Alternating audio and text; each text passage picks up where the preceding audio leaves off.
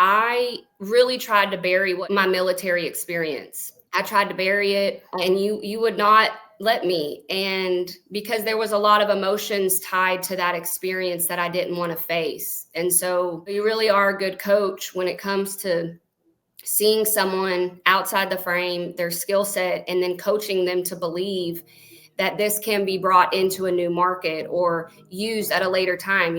All the things that you teach us, it's real, and to experience it and then to have someone believe in me like you did. I just want to do that now for others, especially veterans.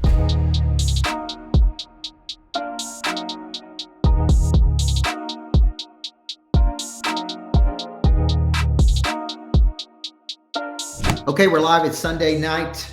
Coach Micheal Burt. I'm here in Florida at my house in Florida and at my office in Florida. And I'm driving to the airport today, and I'm listening to Robert Herjavec on a 20-question session. And he said a lot of people come to him as a billionaire, and they ask him a lot of questions. So he was doing 20 questions that billionaires get asked. And people always want to know, like, how did you get there? And he makes this statement that it's always hard before it's easy. It was always much harder than it is before it gets easy. So I'm like, that's a great title, number one. And I'm always looking for interesting ways to create content and bring content out. And I think people like kind of playing pitch and catch and going into the psychology of how people think. So I've got my number one integrator, Jana Creel. She didn't know at 5 o'clock today that she was going to be doing this at 6:17. So I'm like, Jana, we're doing a series, and the series is going to be 6 to 8 sessions. We're going to call it "It's Hard Before It Gets Easy." So Jana, thank you for being a team player and a real sport, and getting yourself ready to rock and roll for this. I'm used to it now, Coach. and it's like, hey man, this is a good idea. Let's move quick with it. We got our merchandise on tonight. It all goes to zero at midnight. Jana's got Money Follows Movement. You can get that at coachbird.com under merchandise. And it was really Jana who presented that idea to me and said, you really need some merchandise. You got all these great sayings. And at first I was a little hesitant, but I'm like, hey man, I believe in building a brand. I believe in, it feels good to wear things that remind you of who you are and what you believe in. And so Jana, good to see you tonight. You're in Nashville. I'm in Florida at my office in Florida. And looks like Roof Nuts is on here with us, which is Jay Bradley. That dude is dialed in and plugged in, man. I love it. He went with us the other day on the trip. So, what was the real reason? We're just going to pitch and catch and kind of give you some insight into how we do business, how we operate. Jana is right there with me every single day. She is a true integrator, which means I kind of make it up and she makes it real, which is all the things that come along behind the scenes. I mean, I've got 7 or 8 questions here, but we could literally go anywhere tonight. And that's what I want people to see. I want people to see we're not machines. We're real people. We do get up every day and I think fight the good fight. But what was the reason you wanted to do you convinced me to do the merchandise line? Well, when I first started being as a student, I was studying your language. So I would study you, and I started to see patterns of things that you would say over and over and over again.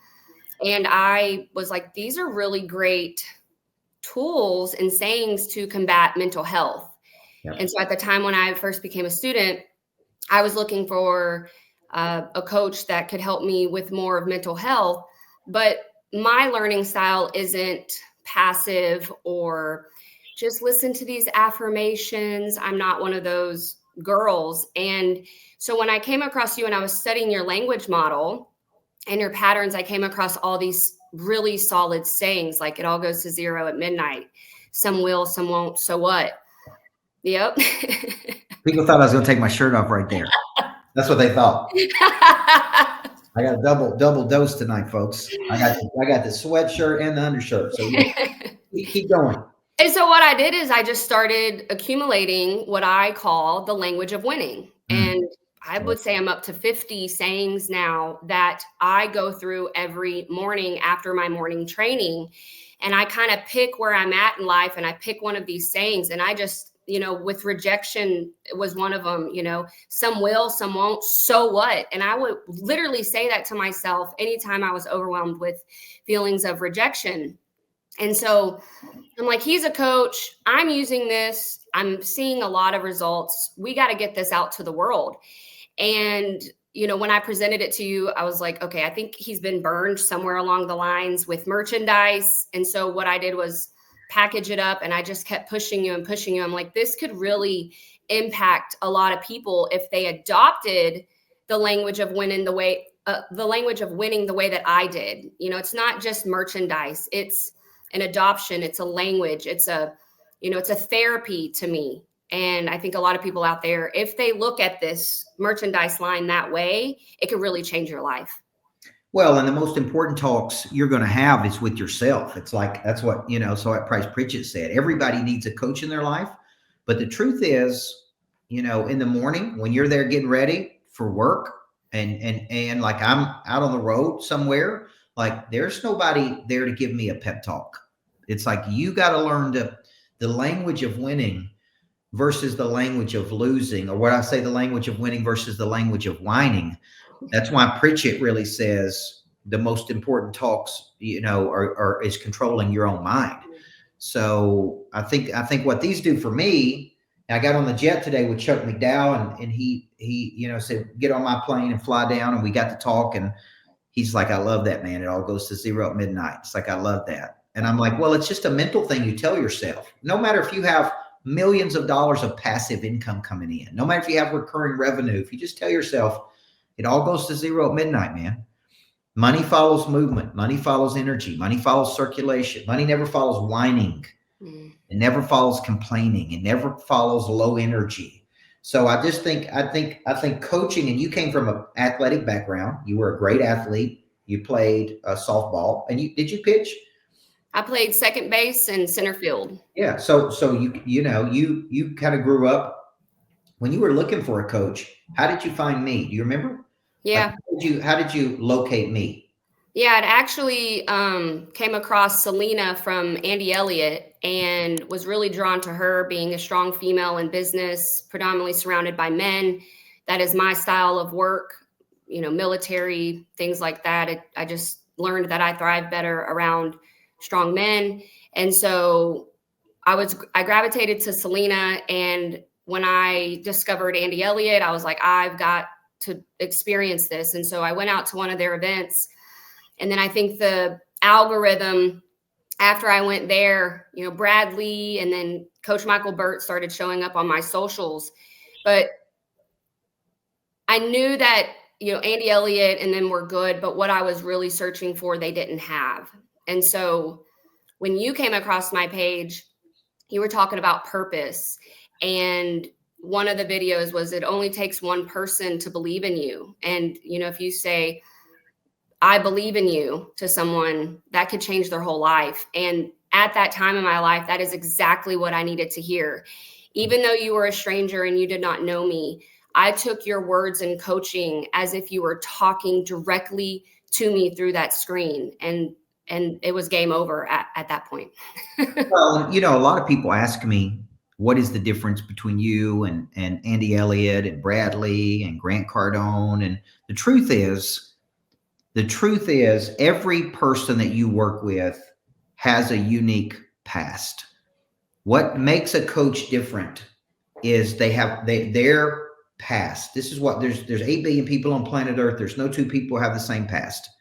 So the coach is made up of all of the influences, all of the psychological environments they come from, all of the people they've studied under, all of the influences they've ever had. And then the way they package it and present it to the world is really what makes a person different. So some people are going to gravitate toward an Elliott who's in your face. Some people are going to gravitate toward a Coach Burt who is, came from an athletic coaching world and a disciple of Covey. Some people are going to gravitate toward a Brad Lee or a Cardone. The truth is, all of these people are really world-class at what they do, but you got to find what I call like your guy, your girl. Okay. For me, from 18 to 25, Jana, it was Covey. Right now it's Price Pritchett. Right. And like, that's my new Covey. Yeah. Okay. And I like when I go deep with the person, like I go deep, like kind of like you do. It's like I'm gonna really dig into this material. I'm not just gonna read their books. I'm going to go as deep as I can in their material. And for me, it was Covey, then it was Sullivan, then it was I had unique access to Cardone for a number of years, and a lot of people ask me about Cardone. I think it had a huge impact on me from 2014 to 2018 because I didn't see myself as a marketer. I saw myself as a coach. And it was really him who said, this ain't business, man, this is show business. And if you don't understand how to market, then it don't matter how good you are. And that was valuable. So when we talk about Prey Drive, because a lot of people think they see Greatness Factories or they see a private jet or they see whatever, and they go, well, man, it must be great. It must be easy doing what you do every day. And I think they believe it is easy, but what they don't see many times is, 20, 30, 33 years of like grind, So what do people not see that they think they see? Or maybe when you were a student to now like right there in the mix, like what do they not see that they think it's maybe easier than it's? Because the title of this 6-part series, if you don't know, is It's Hard Before It's Easy. Speed. Okay. Talk about that. I thought I moved fast until I met you. And I think your visionary side of you attributes to a lot of that, and you being in the game and having the reps that you have. And so when I was introduced to your speed, I was like, okay, game on. I'm going to have to go to a new level. And I always told you, when I'm running circles around you, then we have a problem, right? And so I think a lot of people don't understand the need for speed. And in this game, it's not the big that eat the small, it's the fast that eat the slow. And that's another one of your sayings and language of winning. And it's really, really real. And so for people who are on the outside and just see what's front facing, you do not see what goes on behind the scenes. And to be in it now, it's unbelievable pressure, unbelievable speed, unbelievable pivoting. I mean, we pivot every 3 seconds, the ability to pivot, and then really not listening to our emotions. And so that's another thing that you're really, really good at coaching all of us on is, amateurs listen to their feelings. And I believe that full-heartedly now, whereas before I fought you a little bit being a woman that our feelings serve us, but in business and to play on this level, no, you've got to shut those down, give a little bit of time for it, and then keep moving on. So do you think, this is probably a hard question. I see Woody Woodcock on here who's really interested in joining our coaching programs. I really believe we practice what we preach. I think maybe we don't get it right. Obviously, we're imperfect people living in an imperfect world. But when I tell people we prospect every day, we follow up every day, like we don't. Do you find that to be true? That you went from being a student, you heard me talk about these things, to being on the inside of the game. Do you find that we are pretty much in alignment with what we tell people we're doing? Yeah. And every small business starts somewhere. And then even if it grows, we're still humans. We're still people. We're just like everybody else. We've just found a way to make it work. And that's what you want to teach people. Yeah. And, I think a lot of people have this hard before it's easy. You look at a guy like Andy Frisella, who didn't make $300 in the first 10 years of his company. Imagine sticking with it for 10 years and now it's $1 billion company first for him. You look at Bezos with Amazon down on their hands and knees, shipping boxes in the first couple of years. You read the everything story. And I think a lot of people think it's all going to be, hey, you've been in business this long, everything's going to be perfect. But the truth is, you're an integrator. So you come in and you kind of look at, based on your past and your experiences and your training, you look at missing structures, right? And I think visionaries without integrators don't get the traction that they're capable of getting. So they just grind it out every day, but it's like, You come along and you get an integrator, and the integrator says, look, there's all these things we can make us better, faster. And it is not the big that eat the small, it's the fast that eat the slow. I mean, it is big does eat small, but it is really the fast that eat the slow in today's world. So what does Pray Drive mean to you? Pray Drive to me, I'd like to talk about how I learned it, like how I interpreted it. And so I believe fully it's an instinctual thing. It's a deep instinctual thing, like an animal, just like you had studied it. Yeah. But I believe in having awareness of the deactivation of it to shine light on the activation. And so when I was learning it and studying it and reflecting on my life, I was in a place of extreme deactivation and curiosity to learn how to reactivate it. So that's where you as a coach really stepped in to help me understand the different parts of activation. And so when I was reflecting where I was at in deactivation, which was right after I got out of the military, I was battling post-traumatic stress disorder and was extremely deactivated. But when I reflect when I was in the military and I showed up to my job every day, I was activated. I had never seen a side of me like that since I had played sports. It was competitive. I would go down rabbit holes. I was obsessed with going to work. It was just a version of me that I couldn't help it. It was an instinct that became obsessive and I couldn't help it.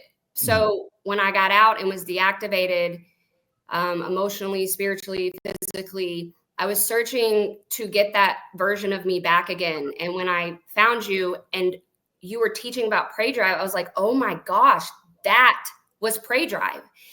And so what I learned is there is a deactivation, and we have to learn what our deactivation looks and feels like, and then learn from coach what and how to activate. So for me, my number one activator is time, and then environment.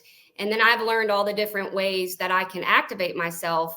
So when I wake up, I'm deactivated just like every other person, and I can activate myself through a learned skill whereas before I was lost and always looking for ways to find activation. So with Pray Drive, we have to look at deactivation so that we can then learn how to activate and become monsters. Well, I love that because you come at it from a different angle. I don't talk about deactivation as much as I should, but the truth is, in my life, you work with me every day. There's times that I'm deactivated. Yeah.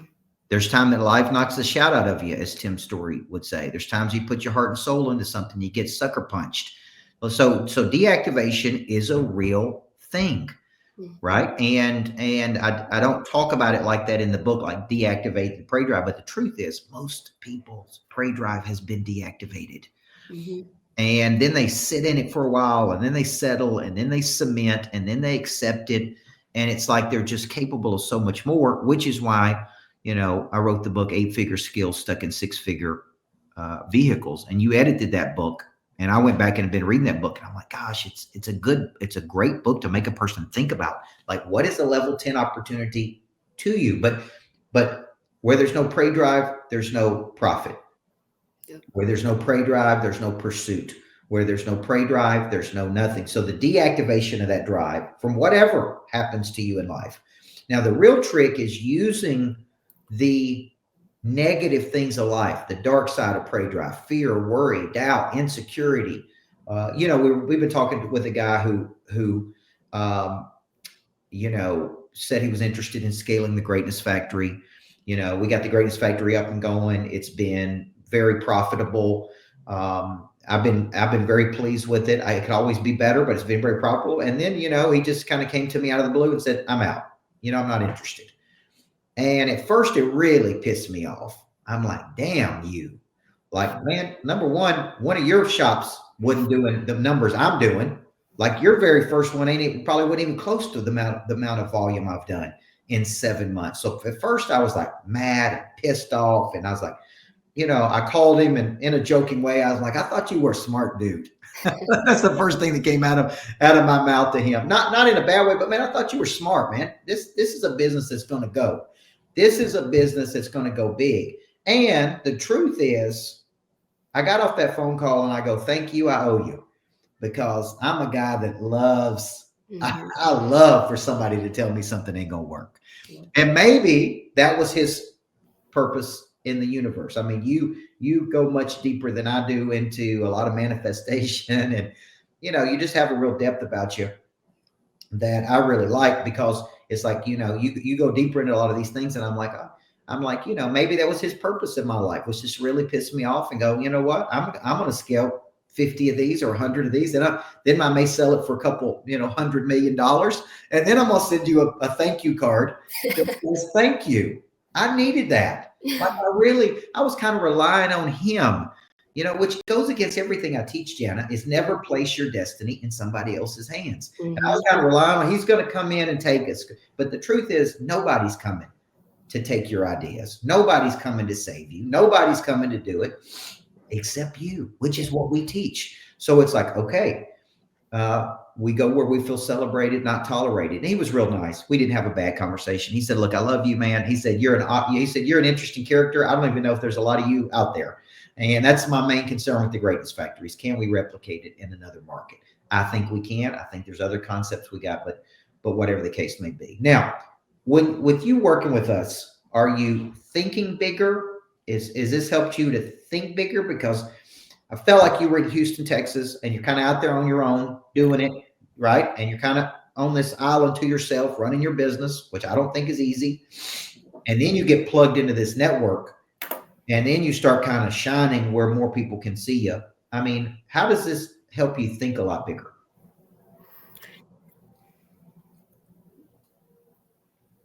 I think first it helps shine light on my true skill set as an integrator, tactical, strategic, and playing in my strength. So I think it's done that first off, playing at a new level.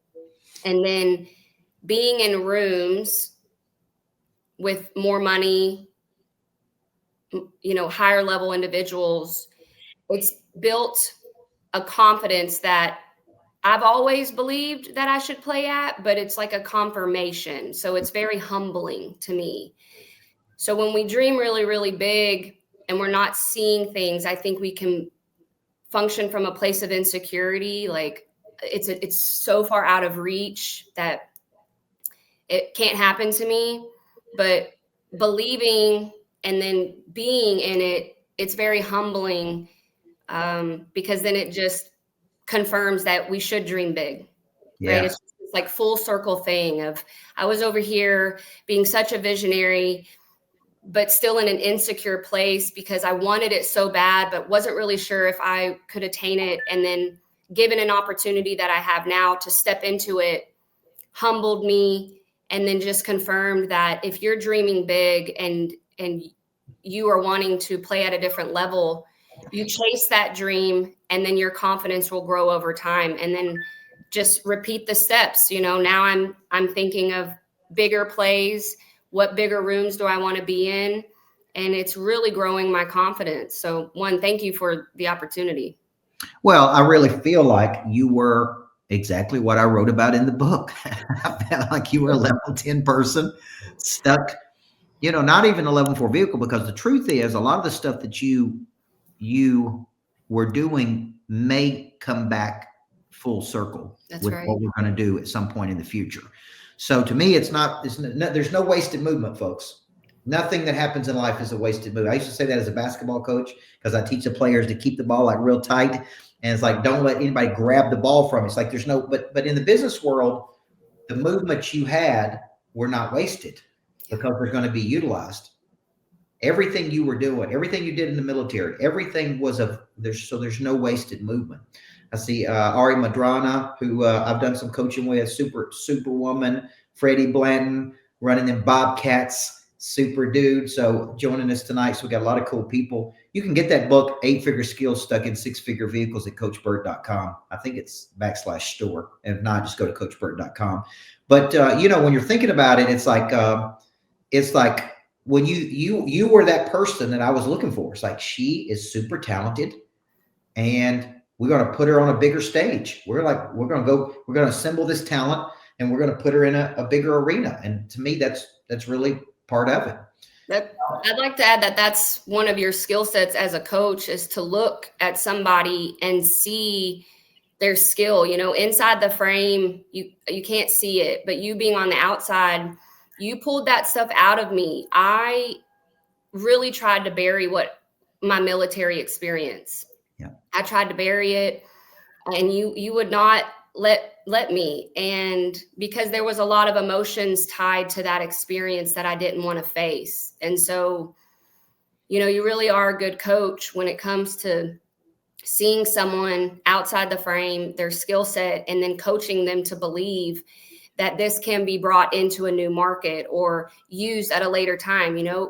Package up your past. It's, I'm paying you for your past. All the things that you teach us, it's real. And to experience it and then to have someone believe in me like you did, I just want to do that now for others, especially veterans and women. Well, the truth is when you come out of the military, you had a hard time finding work, which is the craziest thing in the world. Yep. I'm sitting there like, how could you not find work based on what you did? So it was finding the right vehicle that you could get into. And that's why choosing the vehicle is so important, and when I left basketball coaching, this is before it gets easy. I left because I signed a $144,000 contract. Okay. That gave me courage. I could leave my main hustle to go to my side hustle. Okay. But I didn't have any structures in place. And so now I've got 12,000 a month coming in versus 2,500 a month coming in. So I'm thinking my life is getting easier. I'm only coaching 1 week a month. And 3 months into that, the CEO called me and said, well, I got to have a conversation with you. We met at Opryland Hotel, and she just looked across the table and says, I'm canceling this contract. And so we've run into some unexpected things. Some of it's your fault. Some of it's our fault, but we're not moving forward. I didn't have strong contracts in place because I didn't know any better. I didn't even think that people would cancel or try to cancel something like that. Now, Jana, I've got no money coming in. I've got no insurance. I've got no benefits. I got no retirement because I had that when I was a teacher. I got nothing. I got no customers. Okay. And I am scared out of my mind. And I'm like, what am I going to do? I got one employee that was a basketball coach with me named Tisha Hayes. She was my number one assistant at basketball. And I took her with me to the coaching business. Now I'm like, man, I got to do something. And this is really where it's like, when I'm in doubt, I need to do something. What do I need to do? I need to get in front of people because I'm good in front of people. What can I do? I started speaking. I just started speaking at anything I could for free. I bet I gave 200 free talks, and people don't understand what it's like to give free talks to 85-year-olds at a Rotary Club meeting. You know what I'm saying? In West Tennessee. And I'm sitting there speaking in West Tennessee. It's a 3-hour drive. I'm speaking and nobody's paying attention. Everybody's got their head down and just eating chicken. And I'm up there just coaching. And I finally got so damn mad. I'm like, are you guys here for the freaking chicken or for the message? One old man raised his hand. He goes, I'm here for the chicken. And I was like, all right. Don't see that part. Like I love seeing like when Taylor Swift's playing to 30 people, or Morgan Wallen in 2015 playing at a concert, nobody's paying attention, and then they fast forward to some point in the future and he's paying to 44,000 people singing the same songs, by the way. So let's kind of finish up tonight with this. We see people struggle to make a decision to hire a coach. You many times lived out of your sacrifice before you lived out of your surplus. Like you made decisions to come be in the room with me. You worked 2 and 3 jobs to find the money. It's like, I was telling you that tonight. It's like, that's so rare. But look, now you got a seat at the table. And it's like, what's the first rule Price Pritchett said? You can't get to the table unless you get a seat at the table. And so how did you do that? Like, how did you think like that versus thinking the way so many people think, which is I'm scared to make an investment. This is gonna like it's so unusual. What made you think like that? I attribute a lot to my faith. And if God gave me a vision and put it on my heart, I'm gonna trust that. And I believed that the money would come. I mean, I took pictures of my bank account every day. I mean, every month in the negative, believing that my time will come. So for me, I'm going to do whatever it takes to win. And fighting for yourself and believing in yourself is where I think a lot of people lack, and they don't want to do what it takes. Like me working 3 jobs was for me. It wasn't a burden. It was what I had to do. And leaning in my faith and what I knew would surface. Like, you cannot work that hard and not reap the rewards. So for me, it's a way of thinking, and that no one owes me anything, and that whatever I produce is going to be from my hard work. And so anyone with coaching, I think you just need to have someone on your team and believing in you and supporting the hard work. And that's really all I needed. I was exerting so much energy, multiple jobs, but I didn't feel like I had a strong team.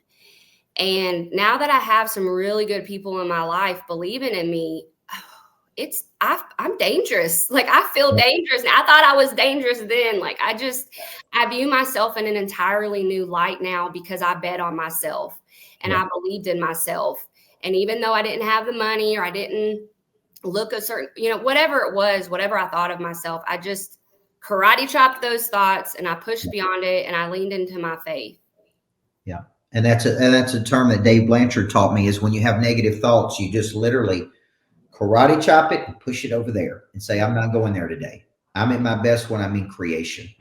When I stay in creation, I'm at my best. And that's what you got to remember. I think you're made from a creator. You have the ability to create. And that's really what you did. So when in doubt, you take an action, and, you listen to your instinct and you go, this person can help, right? It's like, this person can help. They can help us play at another level. Okay. This has been good. Roof Nuts say coaches are like soap. If you don't use them, at some point you'll start to stink. That's true. That's so true, Roof Nuts. That's Jay Bradley, who flew with us last week. Then he got into the 90-day sprint, and he's also going to be doing the perfect concept with you and I, Jana. Yep. Where we really break down his concept and we help him get clarity over his concept. Well, this has been a fun first session. We're going to be doing probably 6 to 8 of these. It's called "It's Hard Before It Gets Easy." This is just some insight into running a business, a coaching business, and just playing pitch and catch with me and my integrator, Jana Creel. Jana is a very, very important part of what we do every day. I couldn't do what I do without her, and she's the person that I go to. Okay, this is what I want to do. Let's make it happen. Okay, and whatever comes along with making it happen, it's like boom, boom, boom, boom. And she'll get in this flow, and it's just like a little machine. Boom, boom, boom, boom, boom, boom, boom. And that's really, a very important part of the equation. So, Jana, I appreciate you. And, you're such a valuable part of what we do. And you are dangerous.